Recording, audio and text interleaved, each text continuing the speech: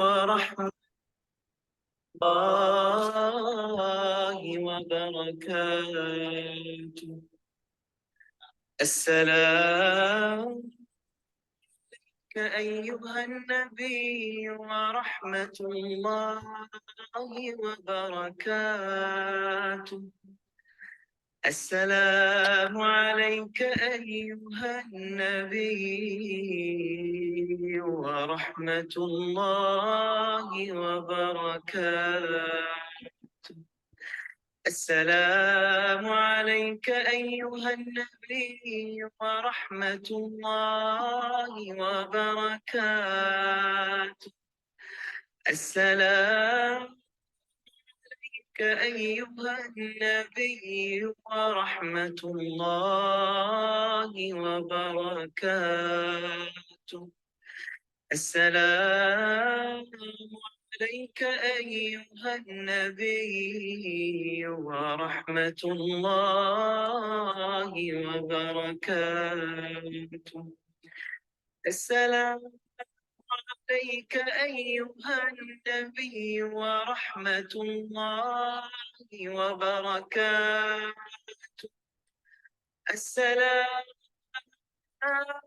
السلام عليك أيها النبي ورحمة الله وبركاته. السلام عليك أيها النبي ورحمة الله وبركاته. السلام عليك أيها النبي ورحمة الله وبركاته. السلام عليك أيها النبي ورحمة الله وبركاته. السلام عليك أيها النبي ورحمة الله وبركاته. السلام عليك أيها النبي ورحمة الله وبركاته. السلام عليك أيها النبي ورحمة الله وبركاته. السلام عليك أيها النبي ورحمة الله وبركاته. السلام عليك أيها النبي ورحمة الله وبركاته. السلام عليك أيها النبي ورحمة الله وبركاته.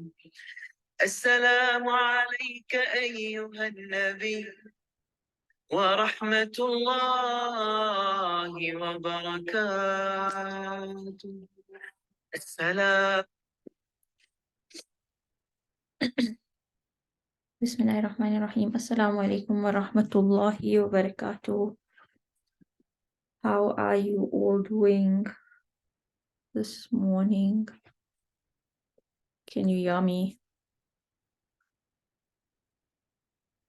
اللهم صل على سيدنا محمد وعلى آل سيدنا محمد وبارك وسلم. جزا الله عنا محمدا صلى الله عليه وسلم بما وحله. ربي اشرح لي صدري ويسر لي أمري واحلل عقدة من لساني يفقهوا قولي.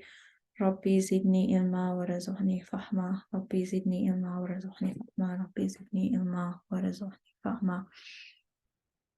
بسم الله الرحمن الرحيم. الحمد لله رب العالمين الرحمن الرحيم مالك يوم الدين. إياك نعبد وإياك نستعين.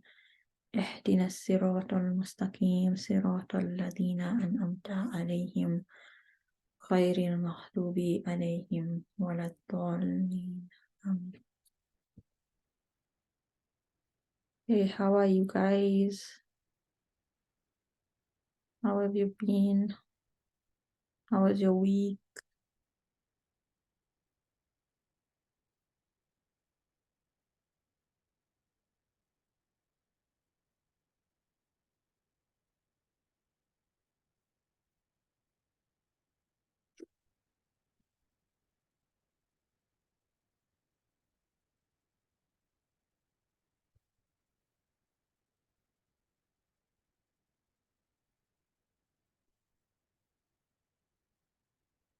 Okay, so I thought that today I want to ask you guys for the Tazkiyah part.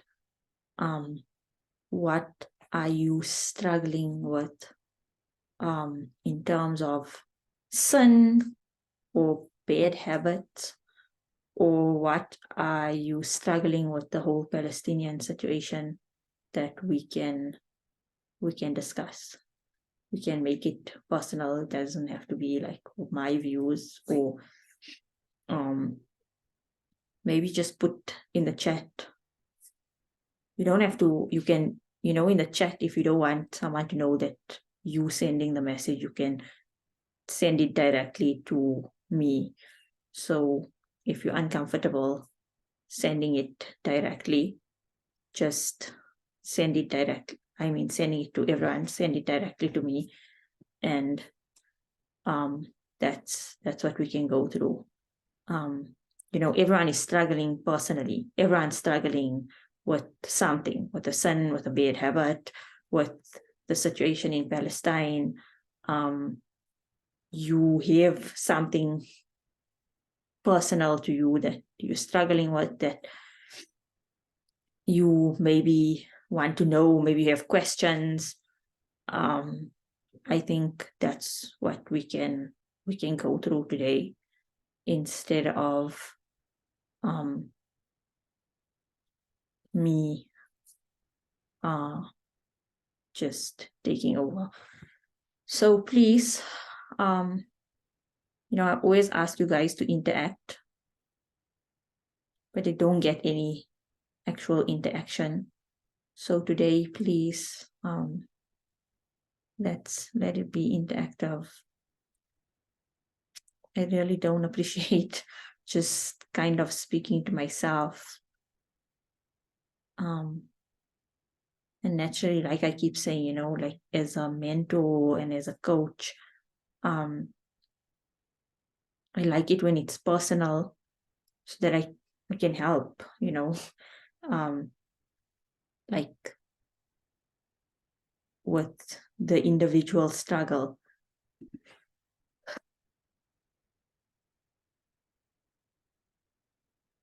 Okay, stopped watching Instagram. Is that looking away from real life? Absolutely not. If it's affecting you, if it's affecting your mental state, if it's affecting your emotional state, if it's affecting your connection with Allah, your Iman, then it's definitely not looking away from real life. I think everybody needs to just take a break from watching any of the videos and seeing anything, because it does get much. It's not normal to keep seeing this all the time. It has it's a form of trauma. So by us like continuously looking and whatever, yeah, sometimes it can maybe help us to make dua and stuff, but to be continuously looking at it is like kind of us inflicting trauma, because every time we're seeing this, then it's like you're seeing it all the time, then you're dreaming about it, and it's the only thing on your mind, and it has an effect on your mental state, your emotional state, your spiritual state, your physical state also. You have low energy. It's affecting your relationship with others. Like instead of being more compassionate with everybody else, like you're so consumed, you're so depleted, because it's like it's traumatic seeing these things, and then you shouting everybody around you, you're shouting your kids, you're not being like compassionate, whatever, and it's just that is not good at all. Even your kids, they don't want to see you in the state all the time. So even if you like so sad, yes, they should know what's happening around, and you can like talk about it, but you don't like, everything should not be excessive. Islam teaches us moderation. So yes, bring awareness, but not like excessively, like now you're only talking about this. A lot of the kids, like now they like lose interest. They're not even caring about it because it's the only thing being spoken about. Kids are not like adults. They don't understand like an adult. So their life is still going on. They don't have like the capacity to take it on as much. They can, like disassociate from it, for example. So now they like, oh my word, and like, yeah, and like this is the only thing that's going. So then they become like resentful to it, and we don't want that to happen. Like we want our kids to have an understanding, but also not be consumed by it, or whatever it is. Makes me really sad when I see like even like how, yes, the kids need awareness, but again, it's very traumatic. So small children should not be seeing all of these pictures and stuff like that. It's really terrible. But yeah, so in order, like, what's good for you, what's healthy for you, if it's better for you to not look at it at all, definitely stay away. Don't look at it. Don't consume it. And that's good. You don't have to feel guilty about it. We all know what we can take and what we can't. And like I say, we can't allow it to completely consume our lives, where now, like, yeah, your kids need you. Your kids don't want to see you in this like emotional state all the time. They need you to be present for them. They need you to be in your best state. So I hope that helps.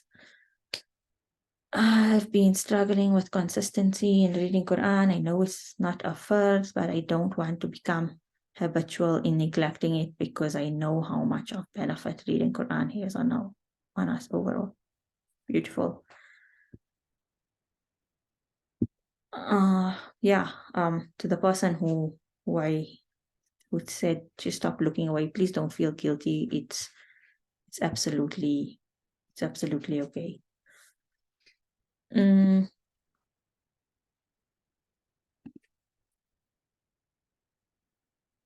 Okay, so the struggling in consistency in reading Quran, I think sometimes we become like, we struggle with being consistent in something is when we do it, when we're doing anything that's not fard, we'll, like Quran, for example, will be like, I'm going to read one para, I'm going to read half a para. And then you get very overwhelmed because you're not doing it all the time. Now you're like, oh yeah, I'm just going to read half a para. And it requires a lot of time and effort, even on our side, because we're not used to doing it. It's not a habit, because as humans, we like creatures of habit.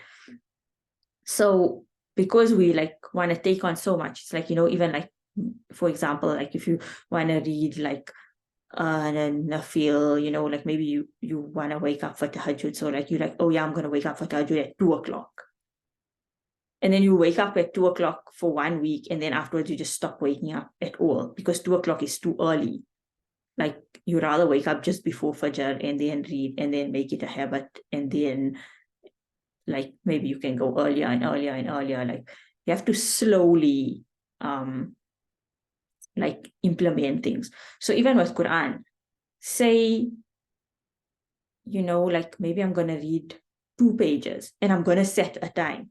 So my time is like after Maghrib I have time, or after Asr I have time, or after Dhuhr, or just before Dhuhr, maybe like before Dhuhr I have time. So maybe like, in between, just like in like Zawal time, whatever, while I'm waiting for Dhuhr, this is my time every day. I'm setting out this time, just like how you take out the time for everything else, for Salah, for eating breakfast, for whatever. You set a time, and then you say, okay, I can do 2 pages for now. or I can do 1 page, or I can even do half a page if that's what's in your capacity, and then you implement it slowly. So for 1 month, you can read your half a page or 1 page, and then after 1 month, now you're like a bit more consistent, you can add on. Okay, now I'm going to add on another half a page or another 1 page. And that's how you start implementing it. Sometimes we just have to like make a stipulated time for something, and that's when we will actually do it. Otherwise, if we say, yeah, I'm going to do it at any time, then we don't, because something will always come up. So I hope that is something that you can try implementing and it will help, inshallah. Anyone else? And yeah, Quran does have so much of benefit for us overall. It's really beneficial in every way, spiritually, mentally, emotionally. It's a form of healing. It's everything, but slow and steady and a little at a time, just like a baby, 1 step at a time. Baby just doesn't come out and just says, oh, like, I'm born now, I'm going to start walking. Even they like sit first, then they crawl, then they like start standing, then they take like, they start walking, like holding and walking, then they start walking, but it's like slowly and not so, like they like don't have a proper balance, and then they start walking, and they walk, and they still can't run. They walk for a while, then they run. So we all like babies, we are humans, so we just have to go slow and steady and incorporate and implement things slowly. And obviously consistency is always better than like quantity, like quality over quantity all the time. So we'd rather be consistent even in our 1 page, even if we're reading 1 page for like 6 months and you're reading it every day. It's better than reading half a para, 1 para once a week or like once a month, inshallah.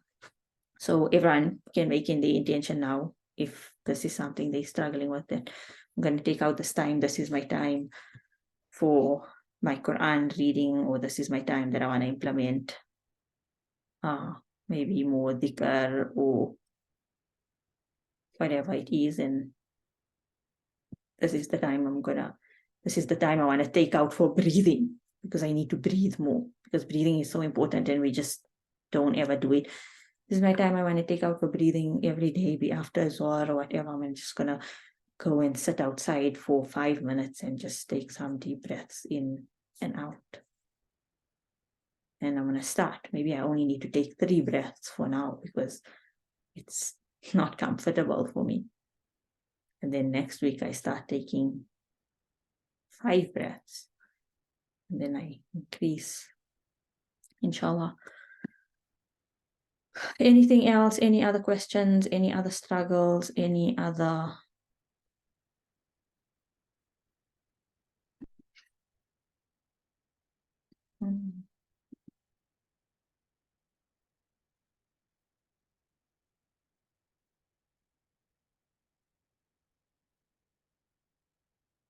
And obviously being consistent and doing these things is helping the people who are suffering, by us also changing ourselves and implementing more good and staying away from like sin and whatever.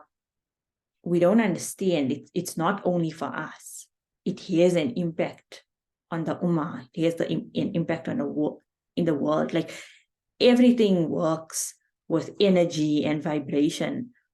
So whatever we do, so if we're doing something that's wrong, it is having an impact on not only us, Like it's having a huge impact on us, but it's also having an impact on everybody else, the people around us, the ummah.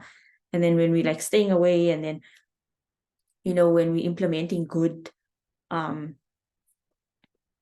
it's having an effect on the ummah as well.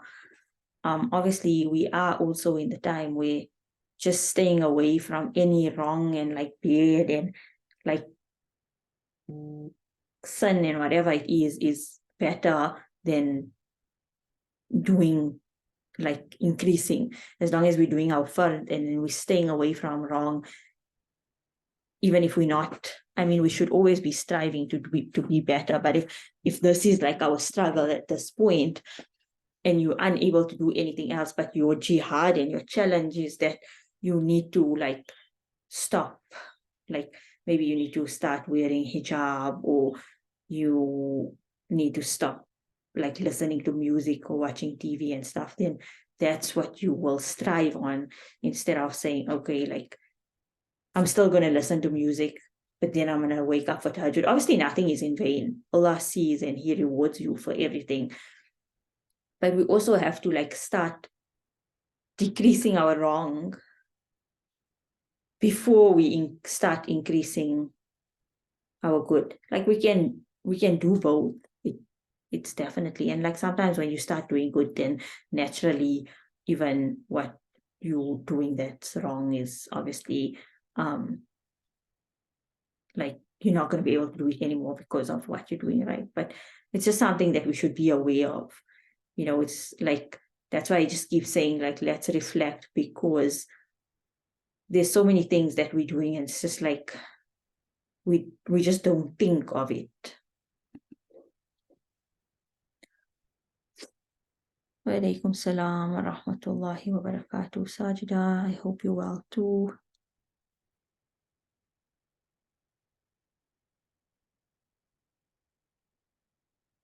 Okay, so you are feeling like you're struggling to be in the present moment and always have to be doing something, and when you're resting, you feel really guilty, like you should be doing something.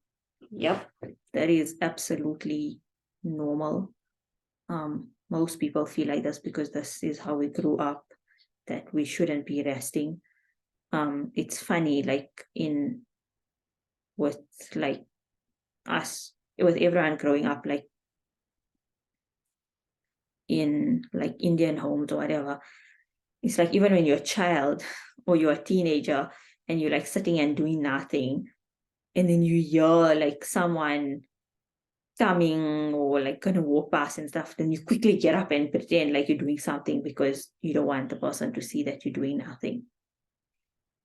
And it's like funny when we say it out loud, but this is how much like emphasis has been put on not on being busy all the time and doing things all the time and not having time to rest and whatever it is. And it's going to take a while.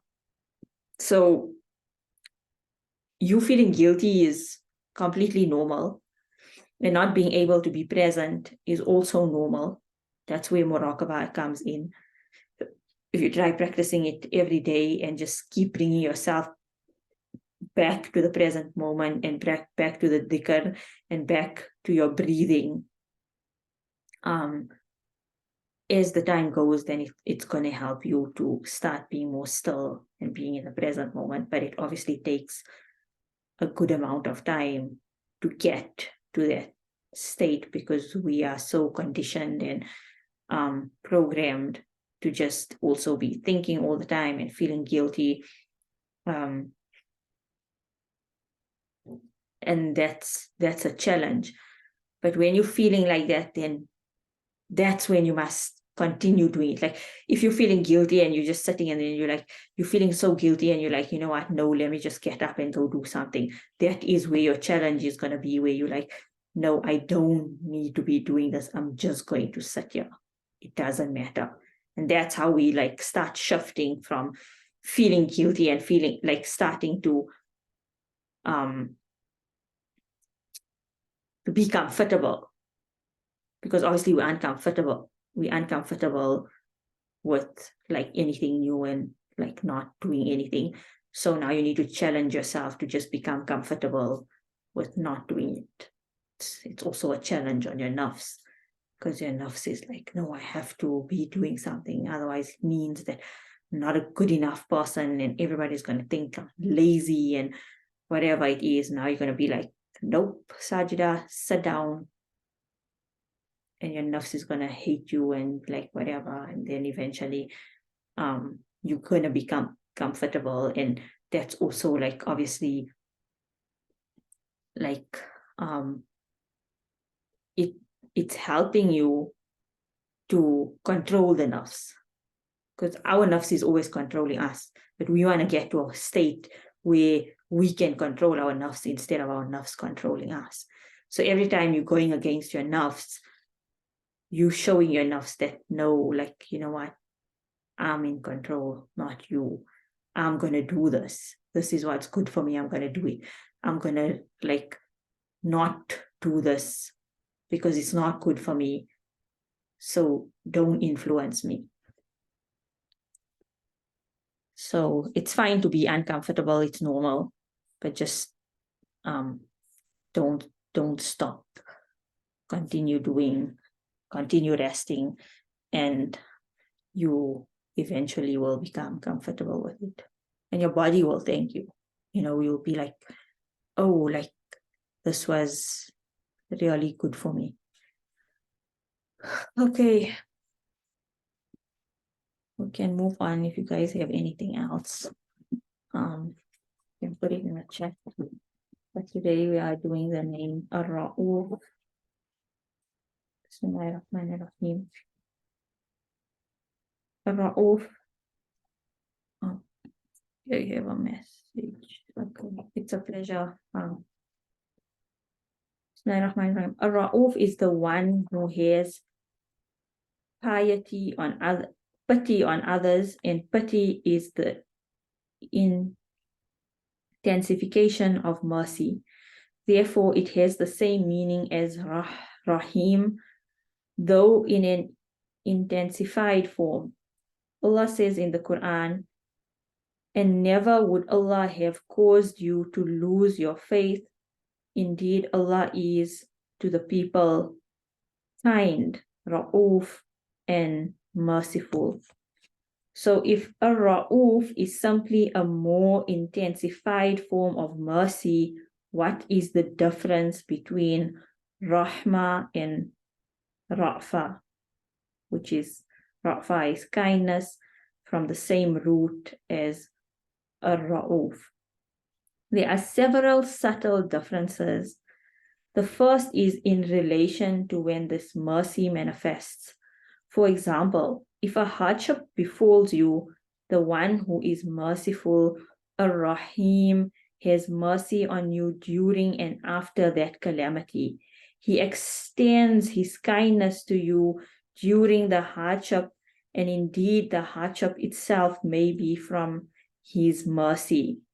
But Ra'fa is mercy before the calamity hits and involves him taking care of you and warning you so that the calamity can be averted altogether.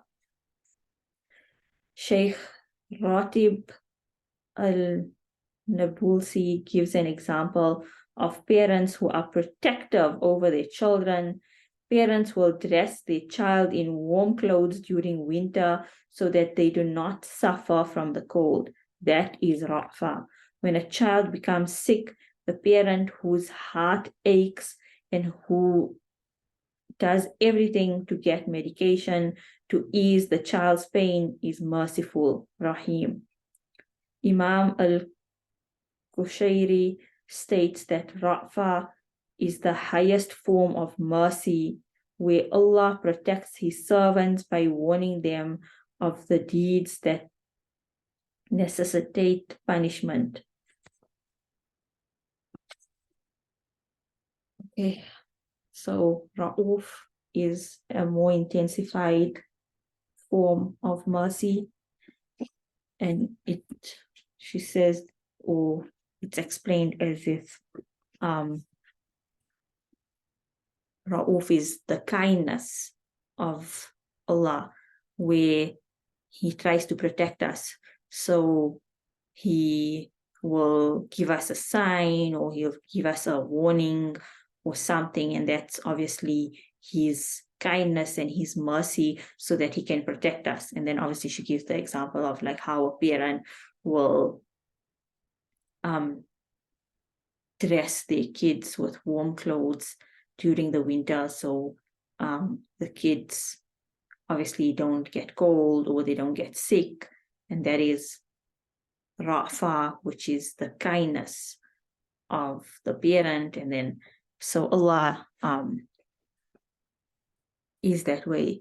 Maybe Ra'uf is basically the mercy in which sometimes we'll be late, we'll be really late. Maybe we have an appointment and the appointment is at 10 o'clock, and somehow we're only leaving our house at 10 o'clock. And now we are like obviously rushed and whatever, but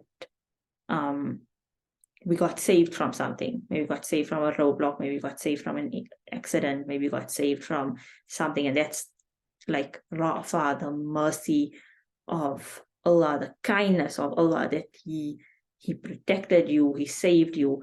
So sometimes even something like hard and something bad, like it's not always nice being late. We hate it, because even in Islam, punctuality and time is really important. Like Nabi Sallallahu Alaihi Wasallam emphasized on being punctual. But this is where we can't control it. And so like you're angry and you're angry at everybody else, and you're like, you made me late and whatever it is. But so it's like a form of hardship, but it's the kindness. Like I keep saying how kind Allah was to me, that I obviously, like, sometimes you want something so bad. So for me, obviously I wanted my marriage to work really bad or whatever it is. But now I understand why it was not good for me. And now I keep saying, so this is what Ra'fa really is. Now I understand it. So I want you to see if you can reflect on something in your life that where Allah was like protecting you through His mercy. And even though it was like a hardship, now I see how Allah, like I just keep telling my mom all the time, wow, Allah was so kind to me. Allah was so kind to me, because it was even so easy for me to get out, because I know like a lot of people who are in like abusive relationships or whatever it is, like it's not easy for them to get out at all. Like the abusive party or whatever will make it really difficult, and they'll be like, no, and it's like there's a lot to it. But it was Allah's kindness and His mercy that I got out, even though it was so hard.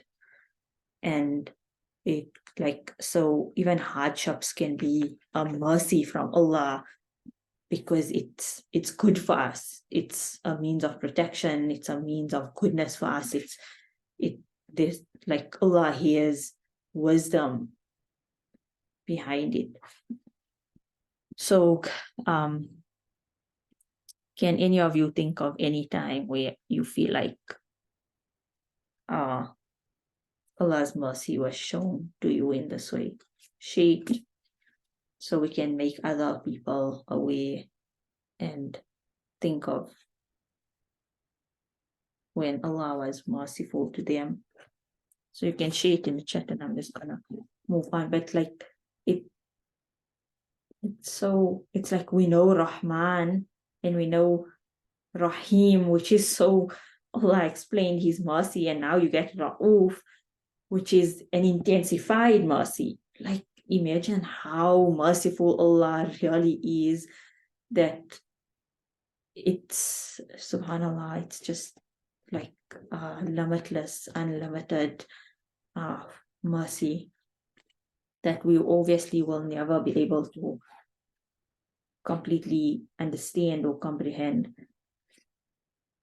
Moreover, the word Ra'fa can only refer to acts that are manifestly compassionate and kind. One can be merciful, that is, have rahmah, even though his or her actions appear to be harsh. For example, a parent may have to force a child to take medicine that is essential to their health. To the child, that may not seem merciful, even though it is. Ra'fa, on the other hand, are only those actions that are clearly and outwardly kind and compassionate. Okay, so this is just something that you keep seeing.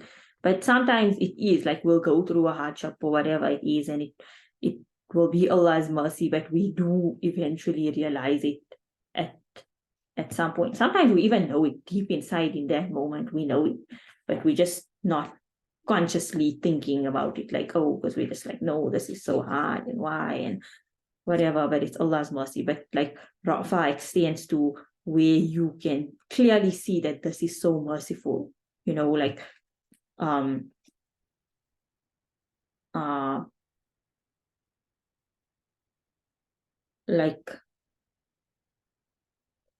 you'll see your mom doing something for you and you're like, oh wow, like, this is her love and her mercy for me. Like I can see it, I can feel it.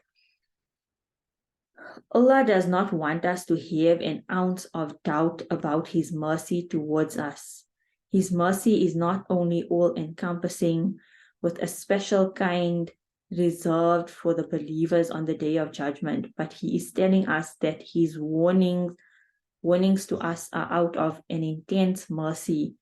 He does not want us to go through the hurt and pain we would have gone through had he not warned us.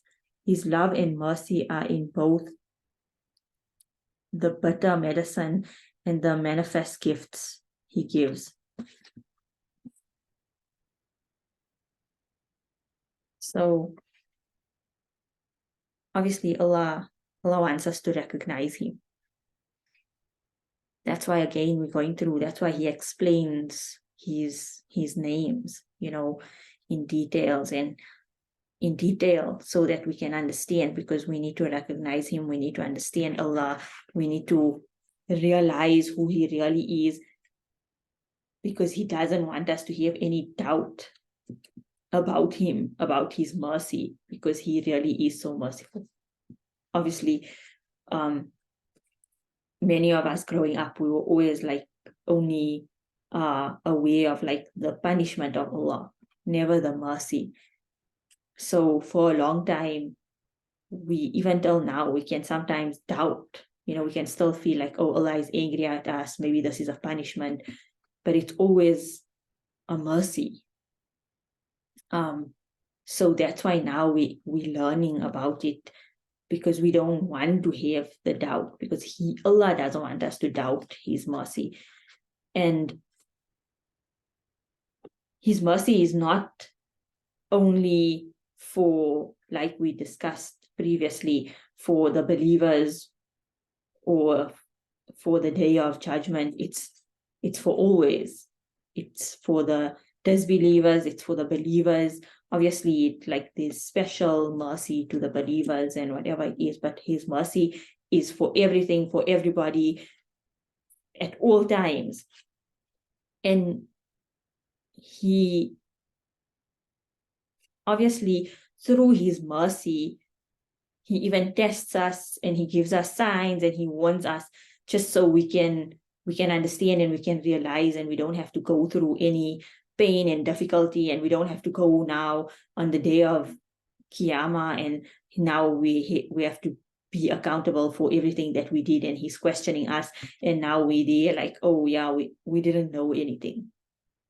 And then, because that's how merciful Allah is, sometimes it's just like a parent will always warn the child and say, like, if this, you're going to do this is what's going to happen. And sometimes, obviously, a lot of times, like, the child will still just do it, and then they get into whatever they were warned against, and then only they realize why the parent was telling them that, whatever. So it's the same with Allah. Like, He warns us and He tells us so that we can be saved, and we can be protected from going through the difficulties and the challenges and the pain and the hurt. And if He didn't warn us and if He didn't tell us, we wouldn't know. So we would just go through it without knowing. And and then His mercy, His love and His mercy are both the bitter medicine and the manifest gifts He gives. So sometimes His mercy is not, it's the bitter medicine. Like, we go through something not very pleasant, we experience unpleasant things, we feel unpleasant things, but it's also His mercy. And then we also experience such joy and happiness, and we experience all of the gifts. We're so blessed, we have so much. That's also His mercy. So basically everything is Allah's mercy, whether it's bitter or sweet, but it is His mercy. He has wisdom behind all of it. And what does this mean for us? In order to understand this amazing mercy in the grand scheme of things, the Prophet ﷺ informs us that Allah has divided mercy into 100 parts, and He retained with Him 99 parts and sent down to earth one part. Through this one part, creatures deal with one another with compassion, so much so that an animal lifts its hoof over its young, lest it should hurt it. Subhanallah. So Allah has so much of mercy and compassion, and like we're going through this, and like we say, we can't comprehend, but then we see that Nabi Sallallahu Alaihi Wasallam said that Allah divided His mercy into 100 parts, and 99 of the parts of His mercy is reserved for the year after, and only 1% or 1 part is for this world.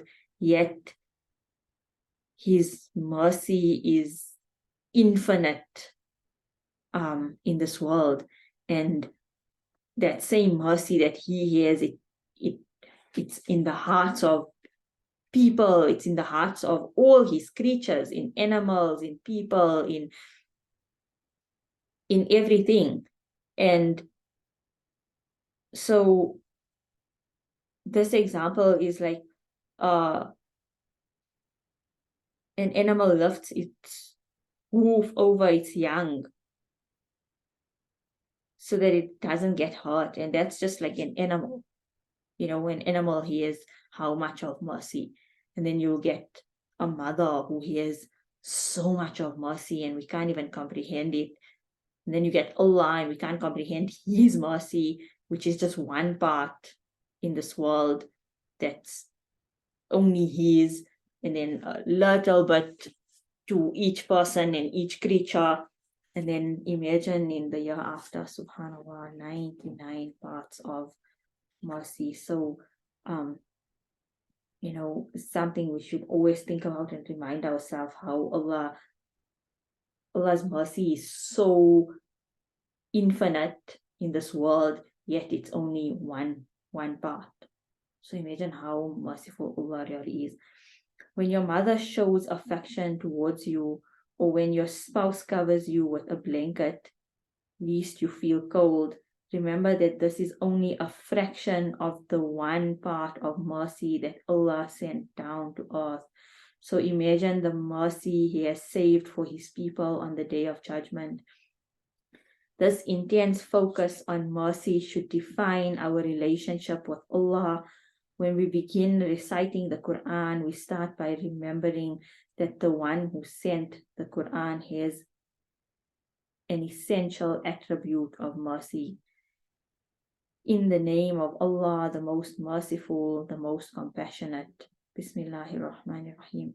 Thus, every single letter, every word, every meaning of the Quran has mercy in it. The most merciful also sent his Prophet ﷺ as a mercy to the worlds. Through the Prophet ﷺ, we learn what mercy looks like in its human manifestation.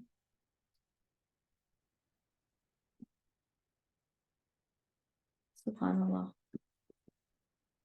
So obviously Nabi Sallallahu Alaihi Wasallam was the most merciful human being, and that's how we understand mercy in a human. Obviously we never met him, but even when we learn about him, when we read about him, when we hear about him, you feel. You don't have to understand. It doesn't take any like comprehension or understanding. We feel it in our heart. We can feel just the name of, like, just saying the name of Nabi Sallallahu Alaihi Wasallam, like Muhammad Sallallahu Alaihi Wasallam, you feel his mercy, that he's not even here now or whatever, but we understand it. So imagine if we did meet him and we did get to be with him, and inshallah in Jannah we will be with him. But so we only see mercy through other people, like through our parents, through like people that we know. Some people are so kind and some people are so merciful that, you know, more than others, and we see it. But then when we do experience other people who are so kind, and you also can't comprehend, how is this person like such a nice person, you know, they're so kind, they're so compassionate, they're so merciful, and then that's just like a fraction of the one part of mercy that Allah has like given to this, like saved for this world, or has given us in this world. And even Nabi Sallallahu Alaihi Wasallam, he just had that fraction of the mercy that Allah, the one part of mercy that Allah has given to the world. Yet we feel that mercy when we speak about him, when we learn about him, when we hear his name. So subhanallah, when we look around us, we need to see mercy in the way that everything is created. Even in hardship, in all cases of difficulty, the Prophet ﷺ said, no fatigue, no disease, no sorrow, no sadness, no hurt, no distress befalls a Muslim, even if it were the prick he receives from a thorn, but that Allah expiates some of his sins for that. None of our pain goes unnoticed. Like, Allah is so merciful that even if you just get a cut or a prick or whatever it is, like, our sins are getting forgiven, and there's a reward for it, or reward in it for us. We like, he's gonna give us better than that, you know, when anything happens, even just that small prick, and you can say inna lillahi wa inna ilayhi raji'un. And then there's the dua, Allahumma ajirni fi musibati wa akhlif li khayran minhi, which is like, Allah, give me better than what I lost. And even if we just say that for the prick, Allah will like reward you so much, and will alhamdulillah, will give you so much better. So really, no pain, nothing, no sadness, no grief, absolutely nothing goes unnoticed by Allah. You're feeling down right now, it's not unnoticed by Allah at all. There is reward for you in it. There's Allah's mercy is there. in those moments, talk to Allah, say to Allah, I need you, I need your mercy, I need your help, and just, say, Ya Ra'uf, because you asking like the most merciful Allah for whatever your need is, or to help you. And if Allah is so merciful, imagine what he can do for you. The culmination of Allah's mercy is that in the paradise that He created, which Nabi Sallallahu Alaihi Wasallam described as a place no eye has ever seen and no ear has heard, and neither has the thought occurred in any person's heart. It is this place that we strive to enter, where we will understand that this is what our struggle was for. It is reported that when one of the most miserable people in the world, meaning the person who has only seen struggle and pain in his life, is dipped once into paradise, Allah will ask him, did you ever face any distress or thing you hate? And that person will respond, no, by your glory, never did I face anything unpleasant. Whatever hardship was suffered will feel as though it was nothing, and this is something for us to remember when we go through difficult times. In His mercy, Allah has prepared for us the ultimate mercy, which will eliminate any form of pain that we ever felt. This is the reward of those who are admitted to paradise. Subhanallah. So our ultimate destination is Jannah, inshallah, which is something we also can't comprehend. We'll never know until we get to experience Jannah. So when we experience any hardship or anything, again, it's Allah's mercy. And when we get to experience Jannah, we will be grateful for the hardship that we obviously went through, because our reward is Jannah, inshallah. Therefore, when we see everything good and bad as coming from an all-merciful source, we can see beyond what is immediately in front of us. When there is hardship, we can search for the mercy in it. What are the lessons we can learn? When there is good, we can praise Allah and thank Him. So obviously there's always lessons in whatever happens. And if we start looking at Allah with in like this light, that He is so merciful, whatever we experience, whatever we see, we're gonna see it as Allah's mercy, even if it's something so bad, like the whole situation in Palestine. If we gonna see Allah is so merciful, we're gonna understand that, okay, maybe we don't understand, but Allah is so merciful. This is His mercy. He's doing all of this out of mercy, even though we can't see it, we don't understand it, but we know and we truly believe that it's Allah's mercy. And then when we're seeing goodness that happens, when we see Allah in this light of mercy, and you see something good, we're going to thank Him. We're going to be like, Allah, you are really amazing. You are so merciful. I was listening for this chocolate just half an hour ago, and my husband came and he brought a chocolate, and I didn't even ask him, and this is your mercy. It's you, it's only you inspired him, and then you're going to thank Him. And then obviously the more you thank Allah, the more you're going to get, and the more merciful. If you're thanking Him for His mercy, the more merciful He's going to be on you. Moreover, Allah's Ra'fa is in His instructing us on the best way to be in this world. When we are faced with things we cannot explain, or suffering that seems too great, it is our responsibility to act. And Allah tells us how to act as His vice gerund, I don't know how to say this word, on this earth. Every suffering will have its end, and Allah will bring about after hardship ease. We will only be asked about what we did in the face of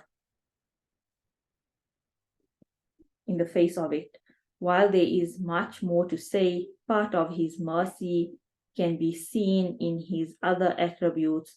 We see Allah's mercy in the fact that He is the Lord of the world and is still merciful towards us, in His justice, in His patience, in His wisdom, and more. So basically, every attribute of Allah also His mercy in it. We're always going to see, when we say Allah is all wise, and then like with His wisdom, it's mercy, because then He's having mercy on us because of He knows what's going to happen, and He has this plan, and even in His justice. So basically, whatever is happening in His justice, there's mercy. But obviously Allah, even through His mercy, He shows us, or He tells us how we need to be, how we always need to be striving, how we need to get closer to Him, because that is what is going to benefit us, and that is what we have to be. Because just like you get agents for whatever it is, you're selling a product, and then you need agents. Like you're selling Tupperware, for example, and Tupperware is a big company, and then you get the owner and the CEO, whatever, but then there's so many agents in every area. There's like so many people selling Tupperware, and they all the agents, and they're selling it, and they're promoting it, and whatever it is. And again, we are the agents in this world as a believer. So that's why we always need to strive, we always need to be our best, because it's only going to benefit us, and it's going to show the non-Muslims, okay, this is how a Muslim is, this is what they do. It's obviously going to have an impact on them. It may influence them, it may inspire them. So this is why we always have to be striving and being better, and be how Allah tells us to be, because we are the agents, like the believers, and it's obviously also not going to go unnoticed. Even if we experience any hardship from it or whatever it is, it's whatever suffering we face, whatever hardship we face, doesn't go unnoticed by Allah. Like at the end, every suffering has its end, and ultimately, obviously, we are going to be rewarded for it, and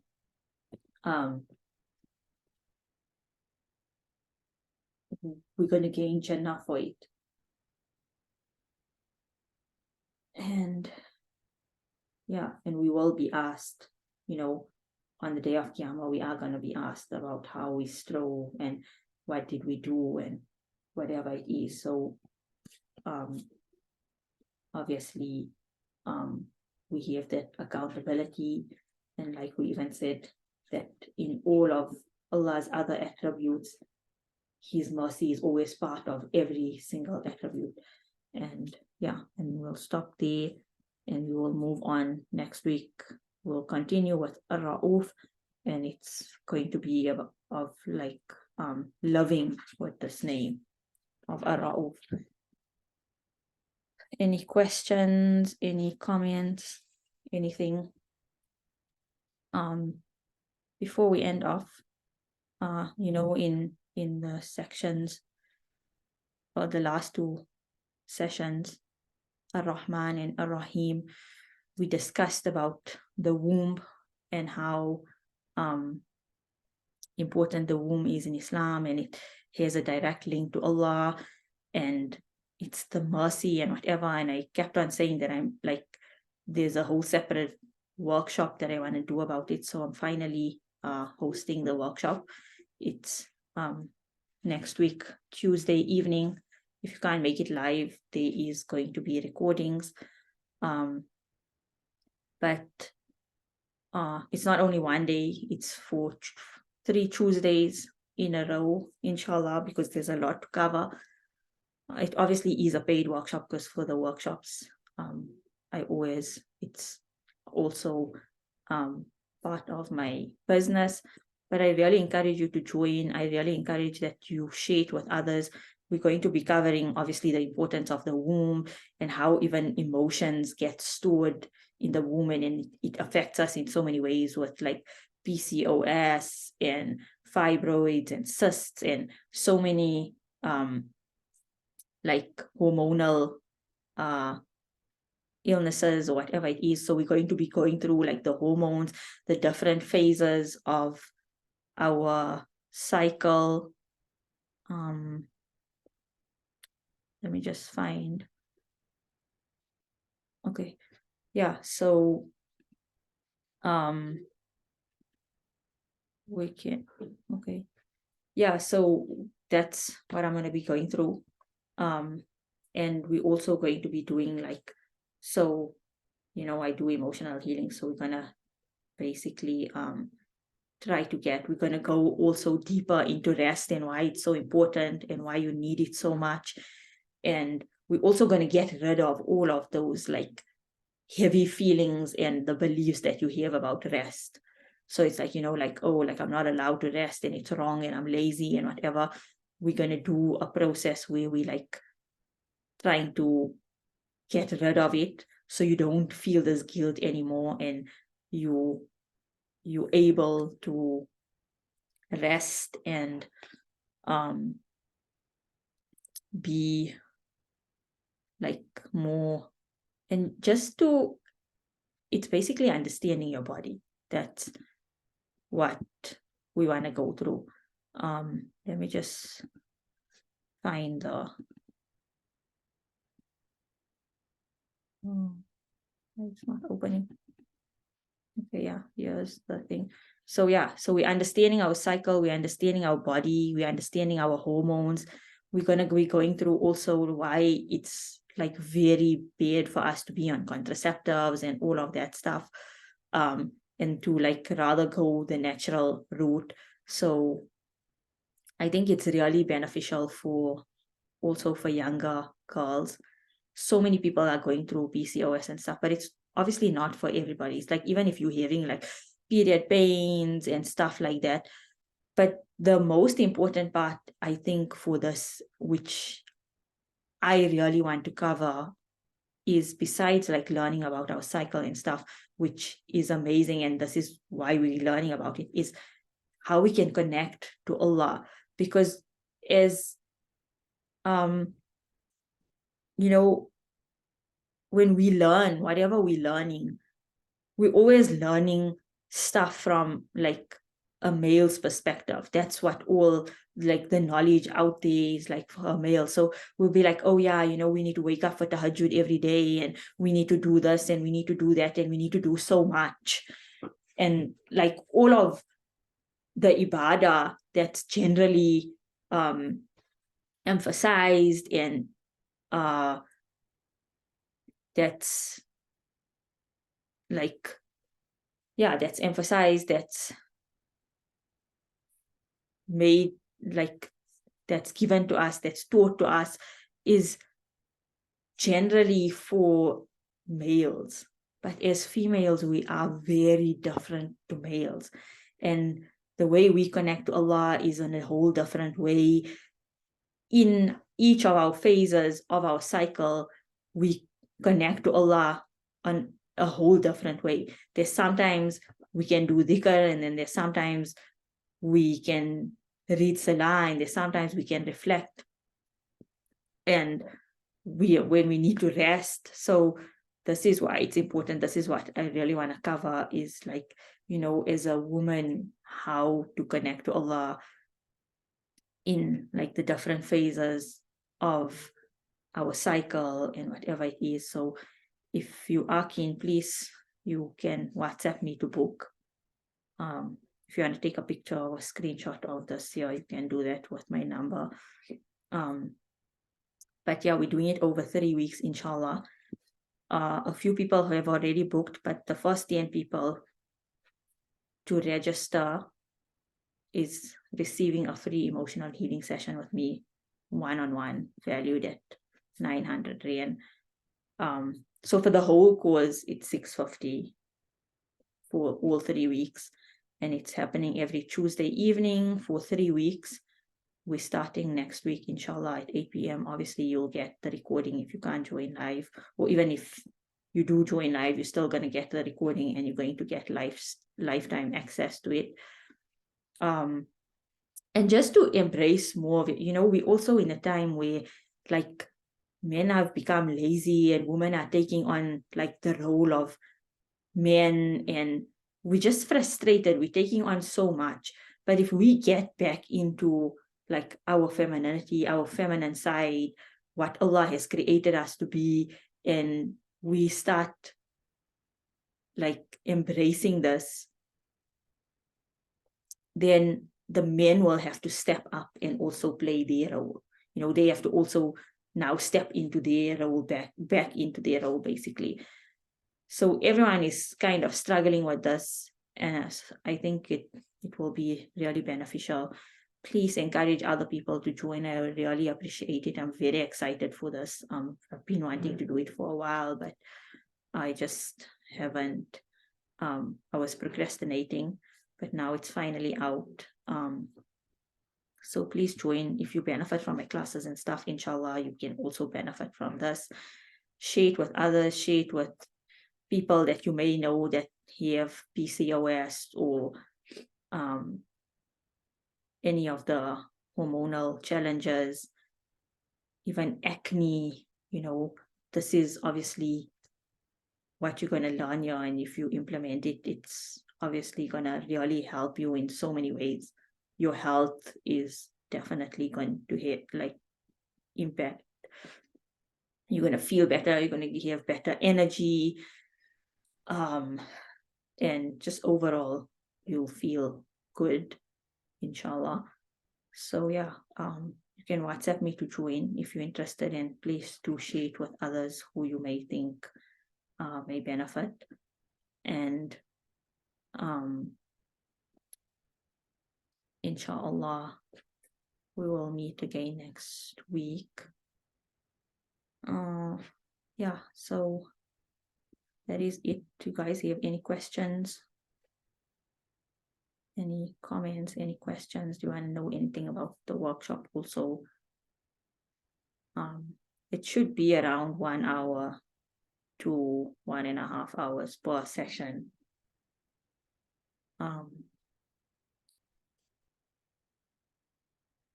And yeah, if you want to get the one-on-one free emotional healing session, then please hurry to book, because there's like 4 spaces left, I think. And yeah, Jazakallah khair for joining. May Allah reward you. May He grant us all afia.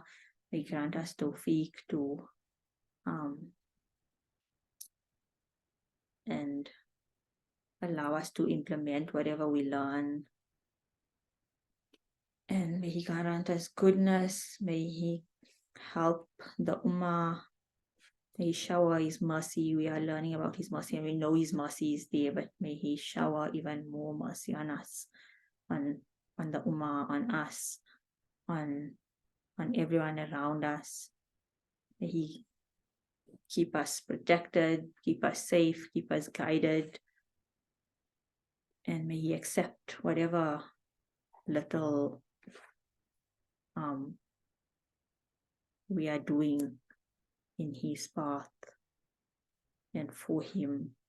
May He grant us closeness to Him, inshallah. Jazakallah khair. And take care. Remember me in your du'as. Assalamu alaikum wa rahmatullahi wa barakatuh. Subhana rabbika rabbil izzati amma yasifun wa salamun ala al-mursaleen walhamdulillahi rabbil alameen. Subhana سبحان ربك رب العزة سبحانك اللهم وبحمدك نشهد أن لا إله إلا أنت نستغفرك ونتوب إليك. بسم الله الرحمن الرحيم. والعصر إن الإنسان لفي خسر إلا الذين آمنوا وعملوا الصالحات وتواصوا بالحق وتواصوا بالصبر.